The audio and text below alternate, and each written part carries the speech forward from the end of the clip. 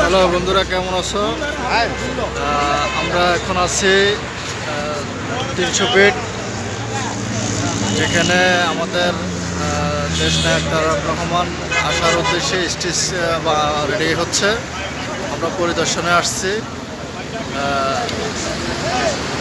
তো অনেক মানুষ আসছে। এখন রাত বাজে প্রায় 1টা। আমরা পরিদর্শনে আসছি, অনেক লোক আছে এখানে। দেখো, অনেক নিরাপত্তা যাচাই করা হচ্ছে এখানে।